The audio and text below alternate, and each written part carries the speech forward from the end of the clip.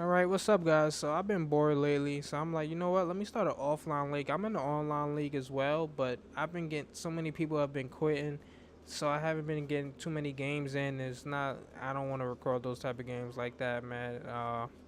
So, let's just take a look at the drafted team. This was actually a fantasy draft. I started my franchise with the Broncos. You know, I'm a Broncos fan, so it's only right. But we got Carson Wentz at quarterback, McCaffrey as our running back, 94 overall. Our offensive line is pretty good. Almost pretty much everybody here has quick development except for my right guard, Winters. We got Fitzgerald, a veteran. He's probably gonna retire soon, but he's playing on slot. He's playing on slot receiver with Marquez Valdez-Scantling playing the outside alongside John Ross. Got Mark Andrews. I think he has quick development too. So, 79 overall rookie tight end. Let's take a look at some of his attributes. 86 speed. Can't be too mad at that, right? Now let's take a look at the defense. We got we got our second year player Jonathan Allen from Alabama, quick development. Pecco, run stopper. Eric Armstead, 6'7", 292. So he's gonna take up a lot of space. He's gonna be pretty much a force in the run stopping game. Then we got Kyle Fuller on the outside, Anthony Brown on the outside as well. A lot of speed there. Our linebacker core is crazy. I think this is a crazy core. Dante Fowler, I think he has quick development as well. So that's going to bode well for our defense. Speed rusher. Miles Jack and Thomas Davis as our inside linebackers with D Ford on the outside. Now our safeties are a little shaky. Morgan Burnett has quick development, but he's getting older. 77, I can live with that, but our free safety is really not impressive at all. 6'2", that's why I like him, and he had 90 speed. So maybe in the off season we'll put him up to quick development by then. So uh, or maybe we might just draft something. Who knows? But I like this team a lot. This team has a lot of potential. It's only an 80% scheme fit for the defense, and 83 for the offense. So well, by the end of the year, I think this should be filled out perfectly. But that's about it, man. Let's get into the game footage. Peace.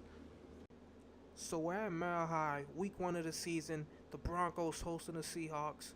These guys still have revenge on their mind after getting demolished in the Super Bowl. These guys were held to 8 points as the number one offense in football. So you know what they're looking to do today. They're looking to do the same. John Ross is throwing up the salute. These guys have been preparing for this game for a long time. So let's see what happens today. McCaffrey hypes up the crowd. He's a new face to the franchise. His dad once played here, Ed McCaffrey, so he's looking to carry the tradition on the right way and ball out prime time like a prime time player should. So let's just jump straight into it, man. Vance Joseph is lucky to still have a job. He should have been fired right away, man, after the first game of the first season that he's been coaching. So let's get into the highlights now, ladies and gentlemen. This is how we're going to start it off. And Matthew Stafford fumbles on the opening possession, 3rd and 10. He gives up the ball. The Broncos have it in great territory to start out the game. That's what you want to see there. So the Broncos, you know what? We're gonna start tricking it up a little bit. Come out with the Wildcat feed McCaffrey. 1 carry, 7 yards. Got the ball on the 1-yard line. And Carson Wentz said, you know what? I'll run it in myself. Excellent blocking, untouched. And now he gets funky with it with the touchdown celebration. What a beast. Next possession. Matthew Stafford drops back again, and this time it is picked off in the sideline by the shutdown corner, Kyle Fuller. I don't know why these guys continue to test him. He's been amazing since he's been drafted. Don't do it again. And right there, Carson Wentz shows you why Nick Foles might have a future with this team. He throws a terrible interception, overthrown, but he comes back right here with a dart on a deep in route to John Ross for a first down. They go in the hurry up mode, play action. He comes back and dots him up in the end zone on the post. Perfect ball placement for a touchdown. It's 7-zip, 12 zip going into second quarter here. So Miles Jack looking to lurk a little something. He actually comes up with a huge pick. He just has amazing ball skills. He gets the interception off of Matthew Stafford and gives the Broncos the ball in plus territory again. But let's just show you Matt Stafford is on the hot seat because he makes too many mistakes. He threw 6 picks in this game, 2 to Kyle Fuller, and that's just terrible, terrible.